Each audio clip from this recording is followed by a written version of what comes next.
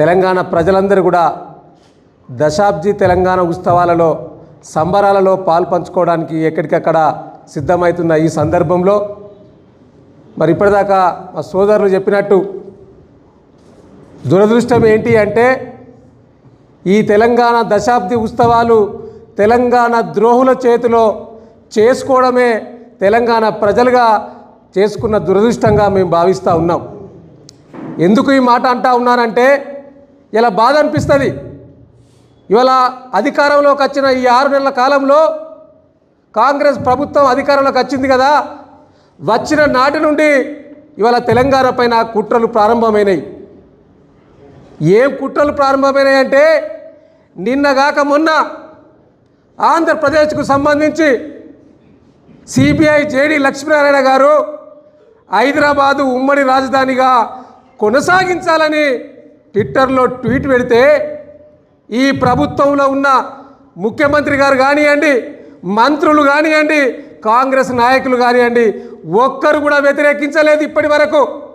నాడు బీఆర్ఎస్ ప్రభుత్వంలో ఉన్నప్పుడు ఉమ్మడి ఆంధ్రప్రదేశ్ సంబంధించిన ప్రత్యేక ఆంధ్రప్రదేశ్ సంబంధించిన వైసీపీ నాయకులు హైదరాబాదును ఉమ్మడి రాజధానిగా కొనసాగించాలి, ఏపీ రియాక్షన్ యాక్ట్లో 10 సంవత్సరాలు కొనసాగించాలి ఉన్న సందర్భంలో నేటికి ఆ 10 సంవత్సరాలు పూర్తయితా ఉన్నది. ఇవాళ ఆంధ్రప్రదేశ్లో రాజధాని లేదు. అక్కడ రాజకీయ నాయకులంతా చెట్టుకొక్కలు పుట్టుకొక్కలనే సందర్భం మనం చూస్తూ ఉన్నాం. మళ్ళీ హైదరాబాద్ మీద వారి కన్ను పడింది. హైదరాబాద్ మీద కన్ను పడింది కాబట్టే మొన్న వైసీపీ నేతలు వైబీ సుబ్బారెడ్డి గారు కావచ్చు, లేదా పెద్దారెడ్డి గారు మాట్లాడితే మా పార్టీ నాయకులు కేటీఆర్ గారు, హరీష్ రావు గారు తీవ్రంగా వ్యతిరేకించారు. మేము ప్రభుత్వంలో ఉన్న సందర్భంలో మొన్నటికి మొన్న కూడా మళ్ళీ మాట్లాడితే మళ్ళీ మా నాయకులు స్పందించిండ్రు. కానీ ఇవాళ ఒక పక్క వైసీపీ నాయకులు మాట్లాడినా, ఇంకో పక్క జై భారత్ అధ్యక్షులు జేడి లక్ష్మీనారాయణ గారు మాట్లాడినా కాంగ్రెస్ ప్రభుత్వంలో ఉన్న ఏ ఒక్క నాయకుడు స్పందించకపోవడం ఇది నిజంగా తీవ్ర విచారకరం. ఇలా తెలంగాణ ప్రాంతంలో ఉన్న ప్రజలందరూ కూడా చాలా అభ్యర్థాన్ని వ్యక్తం చేస్తున్న సందర్భం. అందుకే మేము అడుగుతూ ఉన్నాం, ఇలా ఏం జరగబోతూ ఉన్నది భవిష్యత్తులో. ఇవాళ ఒక పక్క బీజేపీ మళ్ళీ అధికారంలోకి వస్తే ఈ హైదరాబాద్ ప్రాంతాన్ని మరి కేంద్ర పాలిత ప్రాంతంగా చేయడానికి ప్రయత్నం చేస్తుందని ప్రచారం పెద్ద ఎత్తున కొనసాగుతూ ఉన్నది.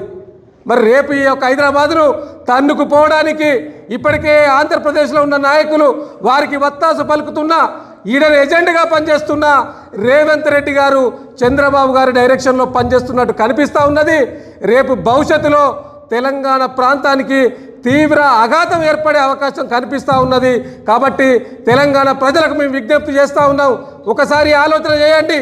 ఒక్కసారి కేసీఆర్ గారు ఇట్లా తప్పుకోగానే ఎన్ని కుట్రలు కుతంత్రాలు ఈ తెలంగాణ ప్రాంతం పైన జరుగుతున్నాయో ఆలోచన చేయాల్సిన బాధ్యత మన అందరిపైన ఉన్నది.